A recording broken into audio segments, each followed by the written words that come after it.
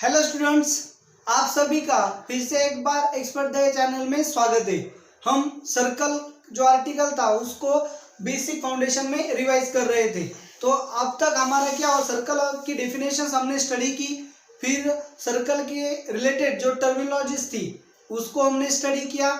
उसके बाद हमने सर्कल के टाइप्स, अगर दो सर्कल होंगे तो दो सर्कल के टाइप्स यानी कि उनके नेचर कैसे होंगे, अगर दो सर्कल इंटरसेक्ट करेंगे, इंटरसेक्ट नहीं करेंगे, टच करते हैं तो कैसे एक्सटर्नली टच करेंगे या इंटरनली टच करेंगे, एक सर्कल के अंदर दूसरा सर्कल है या फिर कॉन्सेंट्रिक सर्कल है, ये सभी टाइप्स यानी कि नेचर ऑफ द सर्कल्स को हमने स्टडी किया था। ओके, तो आज का जो लेक्चर है हमारा सर्कल के बाकी जो बेसिक कॉन्सेप्ट्स है उस पे डिपेंड है। तो उसमें सबसे पहले हम आज स्टडी करेंगे tangent to the circle. Tangent to circle, तो सबसे पहले टेंजेंट क्या होती है? टेंजेंट यानी कि स्ट्रेट लाइन होती है।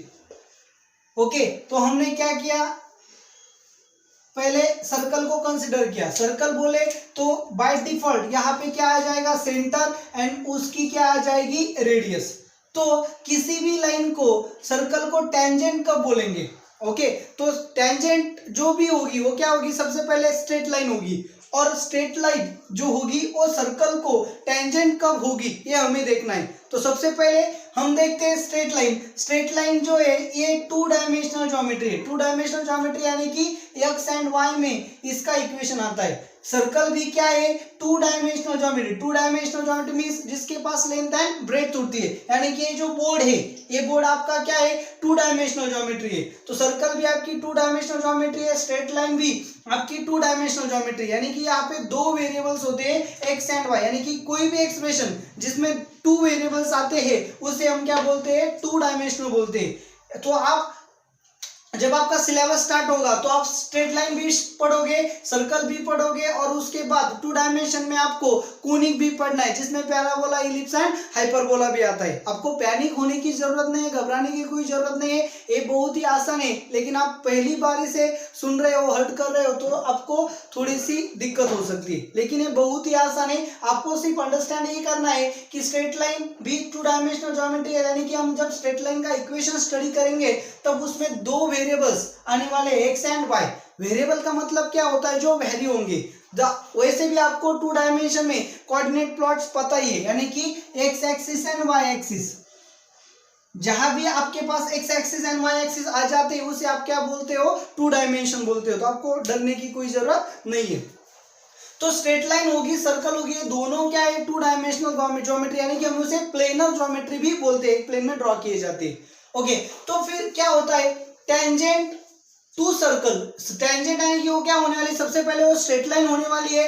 अब वो स्ट्रेट लाइन सर्कल के लिए टेंजेंट कब बनेगी, यही हमें क्या करना है, देखना है। तो क्या है कि जब भी हम स्ट्रेट लाइन ड्रॉ करेंगे तो हमारे पास क्या पॉसिबिलिटीज आने वाली है। अगर ये सर्कल है तो हम स्ट्रेट लाइन ड्रॉ करेंगे तो क्या होने वाला है कि स्ट्रेट लाइन और सर्कल में कोई भी पार्ट कॉमन नहीं होगा। ओके, तो ऐसा भी हो सकता है कि स्ट्रेट लाइन और सर्कल में एक पॉइंट क्या आ जाए, कॉमन आ जाए। फिर ऐसा भी हो सकता है कि स्ट्रेट लाइन एंड सर्कल में टू पॉइंट्स कॉमन आ जाए। ओके ना, तो जब भी स्ट्रेट लाइन और सर्कल में एक भी पॉइंट कॉमन नहीं होगा, यानी कि स्ट्रेट लाइन एंड सर्कल में कोई इंटरसेक्शन नहीं होने वाला। लेकिन जब स्ट्रेट लाइन एंड सर्कल में सिर्फ one and only point common होगा तो हम उस स्ट्रेट लाइन को सर्कल के लिए क्या बोलेंगे, टेंजेंट बोलेंगे। अगर इस स्ट्रेट लाइन सर्कल के लिए टेंजेंट है, इसका मतलब ये भी नहीं है कि वो हर एक सर्कल के लिए टेंजेंट है, ऐसा नहीं है। जिस सर्कल और लाइन में एक पॉइंट कॉमन आता है उसी लाइन को, उसी सर्कल के लिए सिर्फ टेंजेंट कहा जाता है।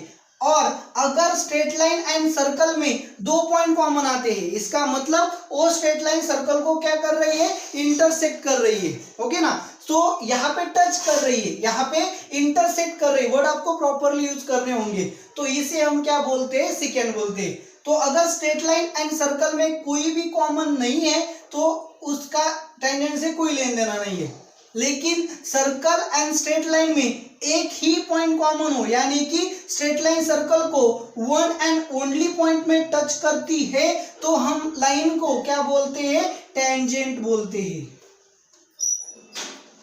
एंड अगर सर्कल एंड स्ट्रेट लाइन में 2 पॉइंट कॉमन आ जाते हैं तो फिर उसी स्ट्रेट लाइन को उस सर्कल के लिए हम क्या बोलेंगे, सिकेंट बोलते हैं। ओके, तो सिकेंट आप सेगमेंट भी बोल सकते हो। अब एक क्वाड हुआ, अगर हमने यहां से यहां तक का पोर्शन लिया तो ये सेगमेंट बना, और ये सेगमेंट यानी कि सर्कल के लिए क्या बनेगा, कॉर्ड बनेगा। लेकिन उसी लाइन को अगर हमने ड्रॉ किया तो उसे हम क्या बोलेंगे, सिकेंट बोलेंगे। तो सबसे पहले डेफिनेशन आपके समझ में आ जानी चाहिए कि अगर लाइन सर्कल को सिर्फ वन एंड ओनली पॉइंट में टच करती है, यानी कि सर्कल एंड लाइन में सिर्फ 1 पॉइंट कॉमन होगा, तो उसी लाइन को उस सर्कल के लिए हम क्या बोलेंगे, टेंजेंट बोलेंगे। ओके, तो अभी जब भी आप टेंजेंट स्टडी करोगे आपके पास क्या आने वाला है, नॉर्मल भी आने वाला है। तो नॉर्मल की कॉन्सेप्ट क्या होती है इसे भी आप अच्छे से समझ लो। आप शायद पहली बार स्टडी कर रहे हो, फर्स्ट टाइम स्टडी कर रहे हो, लेकिन आपको इसे अच्छे से समझना होगा कि जब भी आपके पास टेंजेंट आएगी ना, तभी आपके पास क्या आने वाली है, नॉर्मल आने वाली है। जब तक टेंजेंट नहीं आएगी तब तक नॉर्मल भी नहीं आएंगी। तो नॉर्मल का मीनिंग भी क्या है कि ये सर्कल है, ये लाइन है, सर्कल एंड लाइन ये के बीच एक ही पॉइंट कॉमन है, यानी कि ए लाइन इस सर्कल के लिए क्या है, टेंजेंट है। तो जहां पे टच करती है, ध्यान से सुनो कि लाइन सर्कल को जहां पे टच करती है उस पॉइंट को हम क्या बोलेंगे, टेंजेंट पॉइंट और टचिंग पॉइंट बोलते हैं। क्या बोलते हैं, टेंजेंट पॉइंट और टचिंग पॉइंट, या कॉमन पॉइंट भी कहा जाता है। ओके, तो फिर उसी टेंजेंट पॉइंट पे, गौर से सुनो, टेंजेंट पॉइंट पे यानी कि लाइन सर्कल को टेंजेंट हो चुकी है, तो टेंजेंट पॉइंट पे टेंजेंट को परपेंडिकुलर लाइन ड्रॉ की। तो यानी कि यहां से देखो ये लाइन मैंने ड्रॉ की। ओके, वो कहां पे ड्रॉ की, टेंजेंट पॉइंट से पास होती है। और कहां से पास होती है, टेंजेंट पॉइंट से पास होती है, और टेंजेंट को क्या है, परपेंडिकुलर है। ओके ना, तो टेंजेंट को परपेंडिकुलर लाइन कहां पे ड्रॉ करनी है, ये देखो यहाँ पे ये टेंजेंट है, मैंने यहाँ पे लाइन ड्रॉ की, तो मैं इसे नॉर्मल बोल सकता हूं क्या, नहीं बोल सकता। क्यों, क्योंकि ये जो लाइन है टेंजेंट को परपेंडिकुलर तो है, लेकिन कहां पे है, टेंजेंट पॉइंट पे नहीं है। तो आपको ये भी समझना है, टेंजेंट को टेंजेंट पॉइंट पे जो परपेंडिकुलर लाइन होती है उसे हम क्या बोलते हैं, नॉर्मल बोलते हैं। यानी कि इसे हम नॉर्मल बोल सकते हैं टू दी सर्कल, लेकिन इसे नॉर्मल नहीं बोल सकते। तो सिंपल सी डेफिनेशन है, कैसे करेंगे डेफिनेशन, अ लाइन, और आप इसे देखो, ये नॉर्मल जो है ना वो क्या है, सर्कल को टू टाइम्स क्या करती है, इंटरसेक्ट करती है। और तो हमें पता है कोई भी लाइन सर्कल को 2 टाइम्स इंटरसेक्ट करती है तो वो क्या बनती है, सिकेंट बनती है। यानी कि नॉर्मल क्या है आपकी, सिकेंट है।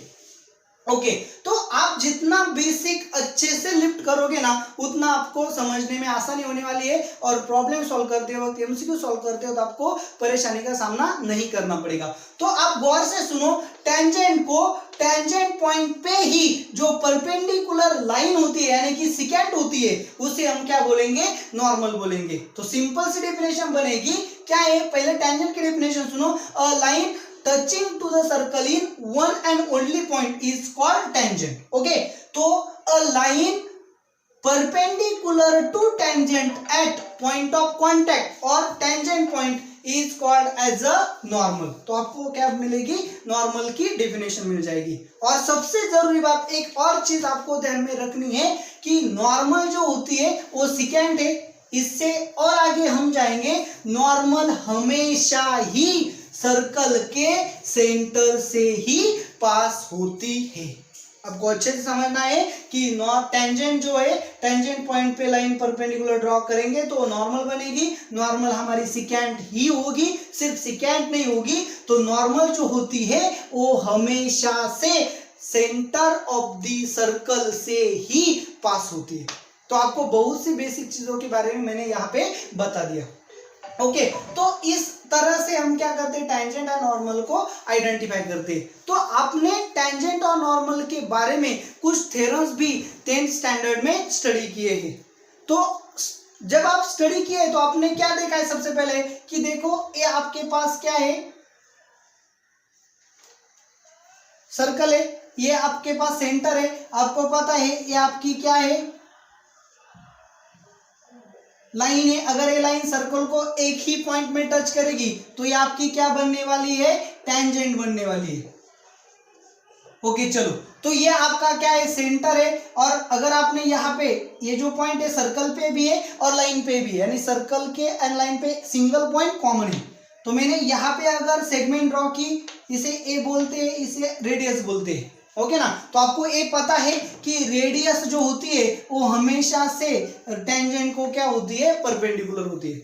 ओके ना, और एक बात आपको याद रखनी है कि टेंजेंट पे इस पॉइंट के अलावा, पहले आपने शायद उसे टेंजेंट रेडियस थ्योरम के बारे में भी जाना होगा। ओके, आपको आपने जो भी पढ़ा होगा, स्टडी किया होगा, तो आपको उसे अच्छे से याद रखना है। ये रेडियस है, टेंजेंट है। अगर किसी भी सर्कल को हम टेंजेंट ड्रॉ करते हैं तो रेडियस टेंजेंट पॉइंट पे टेंजेंट को क्या होती है, परपेंडिकुलर होती है। शायद इसे टेंजेंट रेडियस थ्योरम भी कहा जाता है। ओके, और एक बात कि सर्कल एंड टेंजेंट में कितने पॉइंट्स कॉमन है, सिंगल पॉइंट कॉमन है। तो इसके अलावा ये अगर हमने क्या लिया है, कॉमन पॉइंट ऑफ कांटेक्ट लिया है, तो इसके अलावा राइट में या लेफ्ट में हम कहीं भी वन पॉइंट ले ले। चलो मैंने यहाँ पे एक पॉइंट ले लिया बी, तो क्या होने वाला है, ओ से बी अगर हम ज्वाइन करेंगे तो ए छोड़ के टेंजेंट पे अगर आप कोई भी पॉइंट लोगे बी, तो ओ बी जो होगा वो हमेशा ओ ए से बड़ा होगा।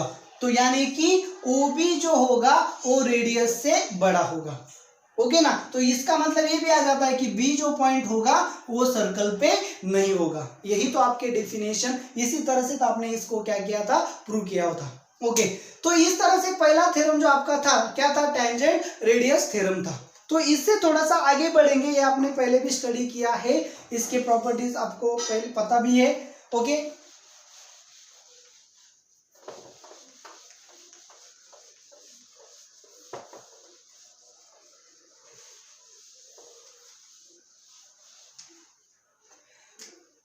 सबसे पहले हम फिर से क्या करते हैं, सर्कल को ड्रॉ करते हैं।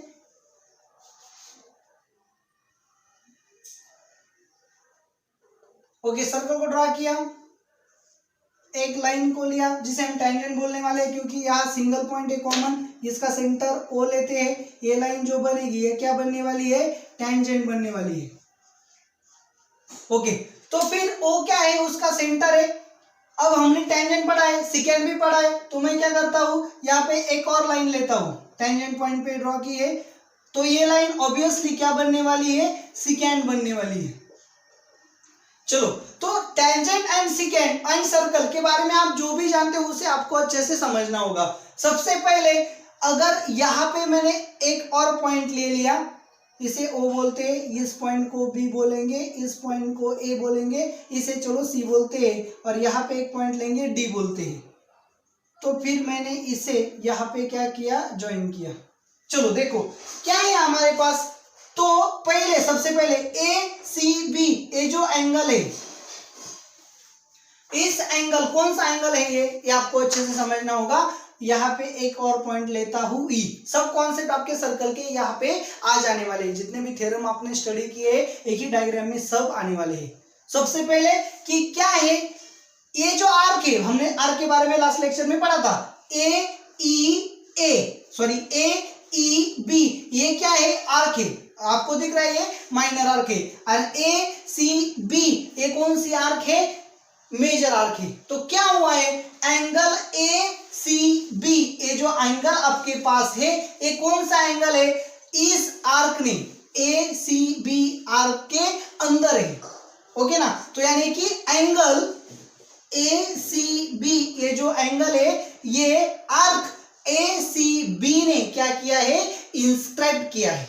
ओके ना, and arc A E B ने क्या किया है, यहाँ पे इंटरसेक्ट होता है, तो इस आर्क ने क्या किया है, इंटरसेप्ट किया है। तो सिंपल सी बात है, arc A C B inscribe an angle A C B and arc A E B intercept an angle A C B, that is this arc is intercepted by angle A C B.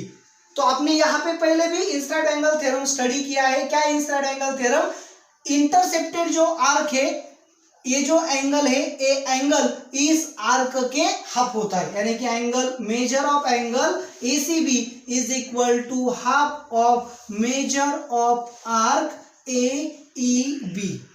ये सबसे पहले आपका theorem है कि इस intercepted arc ने जो angle inscribe किया होता है ये एंगल इस आर्क के हाफ होता है। और एक बात यहां पे अगर हमने ज्वाइन किया,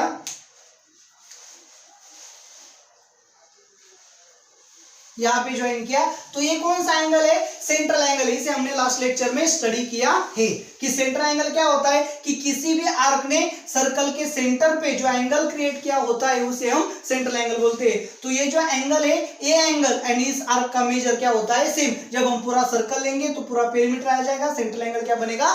360 डिग्री बनेगा। ओके, तो फिर क्या होगा? एंगल AOB, ये जो एंगल है ये कितना बनने वाला है? आर्क के मेजर जितना बनने वाला है, AEB जितना बनेगा। तो ये जो है आपका इंस्क्राइब्ड एंगल थ्योरम है, ये जो आपका सेंट्रल एंगल थ्योरम है। चलो आपके पास दो थ्योरम तो आपके क्लियर हो गए। तो ध्यान से देखो अब यहाँ पे, तो अब इसे छोड़ देते हैं, इसके लिए मैं इसे इरेज कर दूंगा 2 मिनट के लिए। इसे क्या किया? इरेज कर दिया। ओके, अब आप अच्छे से सुनो। अब सिर्फ क्या देखो, इस लाइन की तरफ देखो। ये जो लाइन है AB, जो लाइन है ये कौन सी लाइन है? सेकेंट है and this line is tangent, ये टेंजेंट लाइन है। तो ये जो एंगल आपका बना ये किन लोगों के बीच का एंगल है? किन किन के बीच का एंगल है? ये टेंजेंट एंड सेकेंट के बीच का एंगल है सबसे पहले। तो आपको ये बात अच्छे से पता है कि ये क्या है? टेंजेंट एंड सेकेंट के बीच का एंगल है। तो इसका मेजर क्या होने वाला है? तो इसका मेजर क्या होने वाला है? ये जो मेजर है आपका सबसे पहले, तो ये जो मेजर है एंड ये जो आपका मेजर है ये क्या आने वाला है? सेम आने वाला है। क्यों? ऐसा क्यों होने वाला है ये भी आपको अच्छे से समझना होगा। क्या है कि ये जो एंगल आएगा ये आर्क AEA के हाफ आएगा और ये जो एंगल है ये भी AEB के क्या आने वाला है? हाफ आने वाला है। तो अच्छे सुनो, ये जो एंगल है, चलो मैं इसे थीटा बोलता हूं, ये जो थीटा है वो AEB आर्क के हाफ है और ACB ये जो एंगल है ये भी AEB के हाफ है। तो ये एंगल एंड ये एंगल इसके हाफ है, तो ये दोनों क्या होने वाले? सेम होने वाले। यानी कि मेजर ऑफ एंगल, इसे यहाँ पे D कहा है तो क्या होगा? BAD, angle BAD is congruent to measure of angle ACB। Okay, इसे हम क्या बोलते हैं? एंगल सी अल्टरनेट सेगमेंट भी बोलते हैं। और एक बात, इसे हम इसके हाफ बोलेंगे। Therefore major of angle BAD is half of measure of arc AEB, ऐसा भी आने वाला है। ओके, तो इसे हम क्या बोलते हैं? तो पहले ये जो एंगल है ये इस आर्क के हाफ है, इसे हम क्या बोलेंगे? Tangent secant theorem. क्या बोलते हैं? Tangent secant theorem. And a angle क्या है? सेम है, इसे हम क्या बोलते हैं? Angle in alternate segment. Same तरह से ये जो एंगल आएगा, अच्छे से देखो, ये जो एंगल आने वाला है ए एंगल एंड ये एंगल क्या होगा? Same, angle in alternate segment. और ये जो एंगल है ये इस आर्क के क्या आने वाला है? हाफ आने वाला है, इसे हम क्या बोलेंगे? Tangent secant theorem. ओके, तो इसी तरह से आपके यहाँ पे क्या फॉर्म हो जाते हैं? सभी तरह के एंगल्स एंड थ्योरम जो आपने लास्ट स्टैंडर्ड में पढ़े थे ये आपके यहाँ पे क्या हो जाएंगे? क्लियर हो जाएंगे। तो ये सब जो थ्योरम है ये कहाँ बिलोंग करते, किसे बिलोंग करते, इसे आपको अच्छे से समझना होगा। तो ये जो सब थ्योरम है ये सबसे पहले टेंजेंट, फिर सेकेंड और फिर आर्क पे डिपेंड करते हैं। हमने लास्ट टाइम आर्क भी पढ़ा था, सेंट्रल एंगल भी पढ़ा था, और आपके जो थ्योरम यहाँ पे पहले हमने टेंजेंट एंड सेकेंड का कॉन्सेप्ट लिया, फिर ये सबको हमने क्या किया? स्टडी किया। अब इसके प्रूफ्स भी आपको कैसे देने पता है, और अब यहाँ उसके प्रूफ्स की हमें कोई जरूरत नहीं है, लेकिन उसके जो स्टैंडर्ड रिजल्ट्स है उसे हमें पता होना जरूरी है। ऐसा नहीं है कि आपको ये पूछा जाएगा चलो इसे ऐसा प्रूव करो, ऐसा प्रूव करो, या डायग्राम दिया और उसको सॉल्व करने को बोला। ऐसे टाइप्स के क्वेश्चन अब हमारे पास नहीं आने वाले। लेकिन जब भी कभी हमें सर्कल पे बेस्ड क्वेश्चन आएगा, किसी मेजर का हमें पता नहीं होगा, उसे फाइंड करने के लिए आपका ये सब जो बेसिक है उसका यूज जरूर होता है। तो आपको पहले ये समझना है कि मैंने जो भी कुछ पढ़ा था वो मुझे आना चाहिए, क्योंकि जब भी इसका मुझे यूज करना होगा तो मुझे पता होना चाहिए। लेकिन जब भी हम ऐसा कहते हैं, हम आपको बता देंगे कि ये ऐसे आता है, यहाँ से आता है, तो आपको बेस अच्छा होना चाहिए। इसलिए हम सभी जो इम्पोर्टेंट कॉन्सेप्ट है जिसकी हमें आगे जरूरत होती है उसे हम पहले क्या करते हैं, रिवाइज करते हैं। तो आपको ये सब अच्छे से देखना होगा, समझना होगा। आप चाहे तो पीछे के जो बुक्स है और 10th स्टैंडर्ड के आपके जो बुक्स है उसे पहले भी रेफर कर सकते हो। तो इस तरह से हमारा टेंजेंट एंड सेकेंड का क्या आता है, कॉन्सेप्ट आता है, और उस पर बेस्ड हमारे पास जो भी कुछ थ्योरम्स है उसे आपने स्टडी किया। ओके, तो हम फिर से क्या करते हैं, एक सर्कल ड्रॉ करते हैं। चलो, ये आपके सामने क्या है, सर्कल है, ये इसका क्या है, सेंटर। तो सबसे पहले क्या करेंगे, यहाँ पे सर्कल के लिए टेंजेंट ड्रॉ करेंगे। यहाँ पे ए क्या है, टेंजेंट है to the circle, and circle and tangent के बीच में क्या है, सिर्फ एक पॉइंट क्या है, कॉमन है, जिसे हमने क्या बोला है, पॉइंट ऑफ कांटेक्ट ए बोला है। ओके, तो मुझे क्या करना है, इस सर्कल को फिर एक बार इस टेंजेंट को पैरेलल टेंजेंट ड्रॉ करनी है। तो क्या होगा, तो ऑब्वियसली यहाँ पैरेलल बनेगा, तो मुझे टेंजेंट क्या करनी होगी, यहाँ पे ड्रॉ करनी होगी।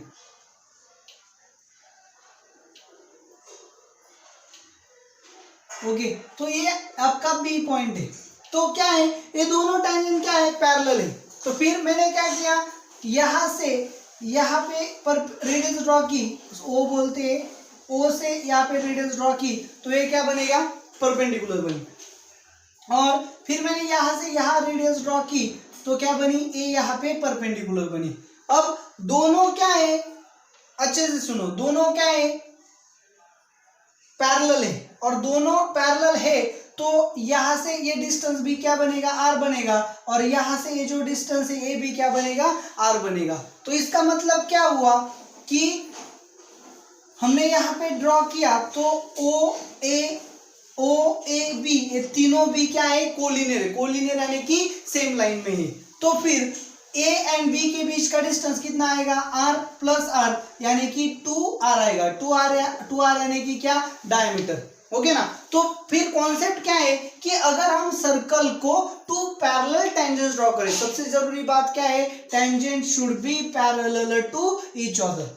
तो अगर हम सर्कल को टू पैरेलल टेंजेंट्स ड्रॉ करते हैं, दो पैरेलल टेंजेंट्स ड्रॉ करते हैं, तो उन दो पैरेलल टेंजेंट के बीच का डिस्टेंस, इन दोनों के बीच का डिस्टेंस क्या होने वाला है, 2r जितना होने वाला है, या फिर डायमीटर जितना होने वाला है। तो अगर आपको उस सर्कल की रेडियस पता है तो उसके दुगना करो, तो फिर दो पैरेलल टेंजेंट्स के बीच का डिस्टेंस आपको पता चल जाएगा। ओके, तो ये हुआ आपका टेंजेंट सेकेंड टेंजेंट के बारे में थोड़ा आपके पास जो इंफॉर्मेशन नहीं थी उसके बारे में। तो हम थोड़ा और इस लेक्चर में कॉर्ड की प्रॉपर्टीज को स्टडी करेंगे। ओके, तो सबसे पहले सर्कल ड्रॉ करते हैं, और कॉर्ड की प्रॉपर्टीज जो आपको पहले से भी पता है, लेकिन सिर्फ उसे क्या करना है, रिवाइज करना है। तो यहाँ पे क्या किया, सर्कल ड्रॉ किया, ये आपका हो गया सेंटर O, और यहाँ पे मैंने क्या किया, एक सिंपल सी कॉर्ड AB को ड्रॉ किया। इसकी डेफिनेशन हमारी लास्ट लेक्चर में हो चुकी है। सर्कल के ऊपर हम कोई भी टू डिफरेंट पॉइंट लेते हैं तो उसको ज्वाइन करने वाली सेगमेंट, रे या लाइन नहीं बोलेंगे, सेगमेंट को हम क्या बोलते हैं, कॉर्ड बोलते हैं। तो अगर A एंड B क्या है, आपकी कॉर्ड है, तो O से A ये जो डिस्टेंस है कितना होने वाला है, r जितना होने वाला है, एंड A से B ये जो डिस्टेंस होने वाला है ये कितने होने वाला है, r ही होने वाला है। सो ये जो ट्रायंगल OAP किसी भी कॉर्ड पे फॉर्म होगा सर्कल के लिए, तो ये कौन सा ट्रायंगल होगा, आइसोस्केल्स ट्रायंगल होगा। ये बात आपको अच्छे से समझनी है कि सर्कल के लिए कोई भी कॉर्ड अगर सेंटर को लेके ट्रायंगल तैयार करती है तो वो ट्रायंगल कौन सा होने वाला है, आइसोस्केल्स ट्रायंगल होने वाला है। क्यों आइसोस्केल्स होने वाला है, क्योंकि OA and OB both are the radius, और वो सेम ही होंगे, यानी कि OA is equal to OB is equal to radius ही होने वाला है। तो ये क्या होगा, आइसोस्केल्स ट्रायंगल होगा। तो ये आइसोस्केल्स ट्रायंगल होगा, तो इसका एंगल क्या होगा, थीटा, तो ये भी क्या होने वाला है, थीटा। तो ट्रायंगल की सम हमें पता होती है, तीनों एंगल को लेंगे तो हम क्या बनेगा, राइट एंगल ट्रायंगल बनेगा।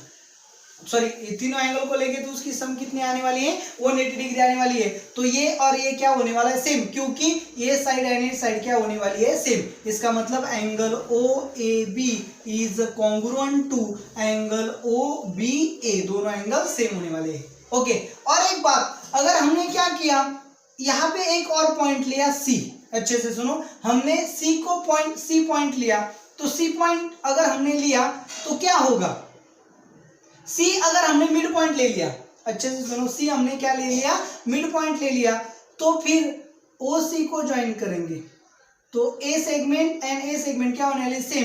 If C is mid point of AB, तो इसका मतलब क्या हुआ AC is equal to BC, AC and BC क्या आने वाले हैं सेम आने वाले हैं। तो फिर क्या होगा, अच्छे से देखो कि ट्रायंगल OAC में, in triangle OAC and triangle OBC में क्या होने वाला है, A angle and A angle same है, A side and A side same है, एंड A साइड एंड इस साइड भी सेम है। तो क्या हुआ, इस साइड से इस साइड सेम है, इससे दिस साइड सेम है, और उन दो सेम साइड के बीच का एंगल है, दो सेम साइड के बीच का एंगल क्या है सेम है। तो इसका मतलब side angle side, side angle side, यानी कि यस टेस्ट से ये दो ट्रायंगल क्या बनेंगे इक्विलैटरल, सॉरी ये दो ट्रायंगल क्या बनेंगे कॉन्ग्रुएंट बनेंगे। तो ये कॉन्ग्रुएंट बनेंगे, या फिर आप कोई क्या दे, ये साइड सेम है, ये भी सेम है और ये भी सेम है, आप यस टेस्ट से भी इसे क्या दिखा सकते हो कॉन्ग्रुएंट दिखा सकते हो। मुझे बताना सिर्फ ये है कि ए ट्रायंगल एंड ए ट्रायंगल क्या बनने वाला है कॉन्ग्रुएंट बनने वाला है। तो अगर ऐसा हुआ तो ए एंगल एंड ए एंगल भी क्या बनेगा सेम बनेगा, कॉन्ग्रुएंट बनेगा। तो अगर ए कॉन्ग्रुएंट बन गया तो फिर क्या होगा, तो ये जो है AC ये आपका क्या होने वाला है बाइसेक्टर होने वाला है।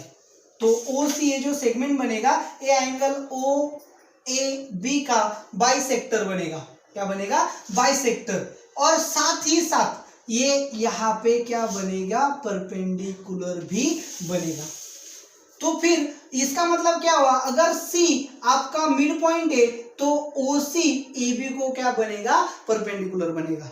तो सिंपल सी बात है, अगर OC परपेंडिकुलर बनेगा तो OAB को क्या करेगा बाइसेक्ट भी करेगा। तो आपके पास पहले से दो थ्योरम आपको पता है कि क्वाड का mid point and centre of circle, इसे ज्वाइन करने वाली सेगमेंट क्या होती है क्वाड को परपेंडिकुलर भी होती है एंड ये जो है ये क्या करती है क्वाड को बाइसेक्ट भी करती है। तो अगर आपके पास सिर्फ रेडियस का पता है, अच्छे से देखो, आपके पास सिर्फ रेडियस का पता है और इन दोनों में से किसी भी एंगल का पता है, अगर नहीं है तो आपके सामने क्या होना चाहिए इस डिस्टेंस का भी पता होना चाहिए। तो आप क्या कर सकते हो क्वाड की लेंथ के बारे में पता लगा सकते हो। तो सबसे पहले ये सब आपको क्यों सीखना है, ये बेसिक चीजें, दो बेसिक चीजें यहाँ पे आप उसे गौर करो कि अगर क्वाड आपके पास है सर्कल की, उसका मिड पॉइंट पे आप सेंटर से सेगमेंट डालोगे तो वो सेगमेंट यानी कि क्वाड का मिड पॉइंट एंड सेंटर, ये जो सेगमेंट है ये हमेशा परपेंडिकुलर होती है क्वाड को, और ये दो ट्रायंगल सेम होते हैं। ये जो पूरा ट्रायंगल होता है ये आइसोस्केल्स होता है। तो आपके पास अगर रेडियस का पता है और इसका या फिर ए एंगल का पता है, दोनों में से किसी भी एक एंगल का अगर आपके पास पता है तो आप सेगमेंट AB की लेंथ को फाइंड कर सकते हो, यानी कि आप क्वाड की लेंथ को फाइंड कर सकते हो। तो आपको ये चीजों का तब यूज करना है जब आपको क्वेश्चन में क्वाड के लेंथ के बारे में पूछा गया हो या फिर प्रॉब्लम सॉल्व करने के लिए आपको उसके लेंथ की जरूरत हो। ओके, तो इन सब बेसिक चीजों का आपके पास पता होना जरूरी है। और एक बात, आपके पास सर्कल है, आपने क्या किया यहाँ पे दो कॉर्ड्स लिए सबसे पहले। तो अगर AB ये आपकी कॉर्ड है एंड CD ये आपके पास दो कॉर्ड्स है। अच्छे से देखो, अगर AB एंड CD सेम होते हैं, अच्छे से सुनो, AB एंड CD दो कॉर्ड्स क्या हो गए कॉन्ग्रुएंट हो गए, तो उन्होंने किया हुआ आर्क भी क्या होता है कॉन्ग्रुएंट होता है। यानी कि AB का जो आर्क है वो कौन सा है ADB है एंड CD का कौन सा आर्क है CBD है। तो तो फिर होने वाला क्या है कि ए बी ने इंस्क्राइब किया हुआ आर्क एंड सी डी ने किया हुआ आर्क, दो आर्क भी सेम होंगे। तो फर्स्ट प्रॉपर्टी क्या है, अगर कॉर्ड कॉन्ग्रुएंट होगी तो उसके करस्पॉन्डिंग आर्क भी कॉन्ग्रुएंट होगी।